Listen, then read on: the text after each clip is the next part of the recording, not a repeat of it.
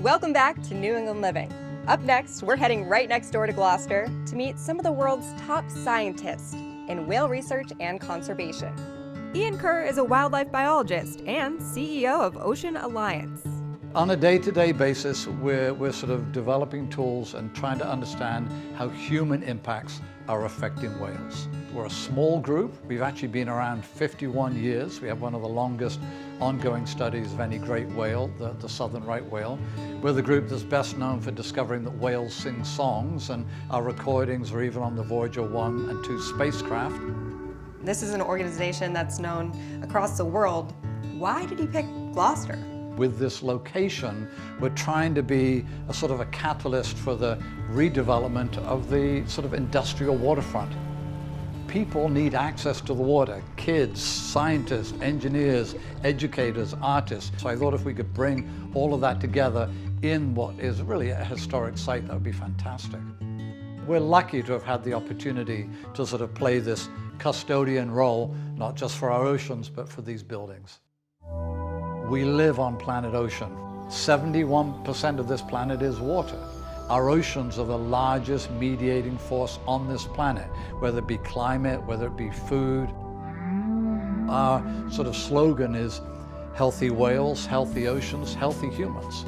You don't have to care about whales, but we should all be caring about our oceans.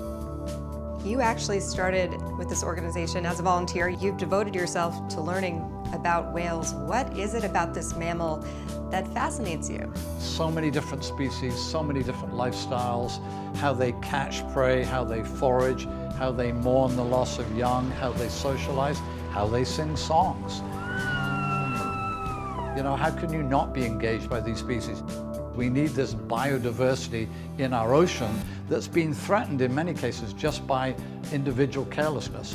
Why is studying whales, researching them, learning more about them so crucial? They really are the ultimate sort of canary in the coal mine. We are mammals at the top of the ocean's food chain. Whales are mammals at the top of the ocean food chain. It really is in our own self-interest to understand how these animals live their lives and how they play an important role in sort of oceanic food chains and the health of our oceans. What is it about whales that makes them so difficult to study? They're spending most of their lives underwater. The technology is so exciting now that we're able to almost dive into the world of whales with this new equipment. And now we're seeing, you know, they circle, they accelerate up into their prey, they dive down, they perhaps use silhouettes to capture squid. There's a fascinating adventure going on underwater, and how lucky are we to sort of learn about and take part in that adventure. How are you using technology to your advantage in order to learn about whales? I was working in the Gulf of Mexico after the Deepwater Horizon disaster, trying to collect skin samples from sperm whales. And I felt like I was playing the world's most expensive version of whack-a-mole, because I would like race over and the whale would dive, and then race over and the whale would dive. And I was incredibly frustrated, and the day was ending, and I got covered in this cloud of whale snot. As a biologist, you're like, wait a minute, you know, this means something. And I did a little bit of research, and I found out that they'd done some work in captivity, and they'd found out that the whale's exhalation, this giant blow, has DNA, it has hormones, it has microbiomes. So we could really do a non-invasive health assessment just from the exhalation, and at an affordable price point. You know, you didn't need some massive boat and all this gear and all these people. And this is what we affectionately call Snotbot. And at the end of the day, we're almost trying to democratize marine science, make it affordable. Basically, the whale exhales and the snot just comes up onto these petri dishes, and then we just close them up and then send them off to the lab to be analyzed.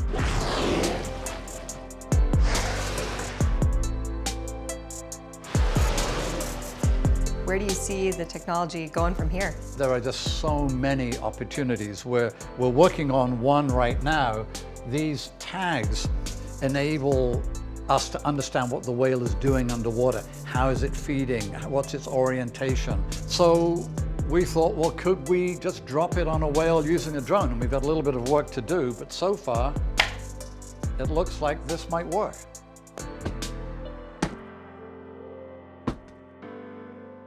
Alicia Pensarosa is the assistant director and an integral part of the Ocean Alliance team. What we're doing is using drones in ways to non-invasively study whales. We go out of Gloucester and study whales using drone, but we also travel all over the world where there's a need to study more about certain populations. We've been going to Baja California and Mexico for the last 5 years studying blue whales. We just got back from a trip to the Azores studying sperm whales, so we're able to now use SnotBot on 9 species of whales. Data aside and information aside, what is it like when you're able to watch that footage back from the drone of these whales in these unique settings?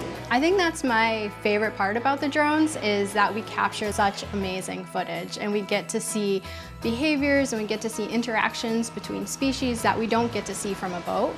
So the drones give us this really amazing aerial perspective and we're able to collect a lot of other metadata by that.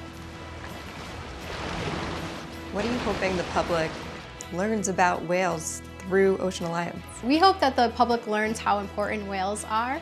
Not only are whales magnificent species, but they help fertilize the phytoplankton that produce the oxygen we breathe. Their bodies, when they die, they sink to the bottom of the ocean and they collect the carbon, so helping CO2 emissions. So they also do so much more that most people aren't aware of. To know that what you're doing each and every day is making an impact on this planet for the greater good, how does that make you feel? It makes me feel great that we're making such an impact for not only our generation, not only for the whales, but for future generations. So they have a chance to see this amazing ocean and how productive it is and to breathe clean air and all of those wonderful things that we get out of the ocean. I think when it comes to whales, the big question everyone will have is, how can we help? There's a gentleman in England called Edmund Burke who said, "Nobody did worse than he who did nothing for fear that they could only do a little." I think at the end of the day, we just need people to do something. Whether it be donate, whether it be volunteer, whether it be recycle. If all of us could just find a little bit more balance in our life, find a little bit more time for the environment and thinking about the wild world, you know, we really would change the world.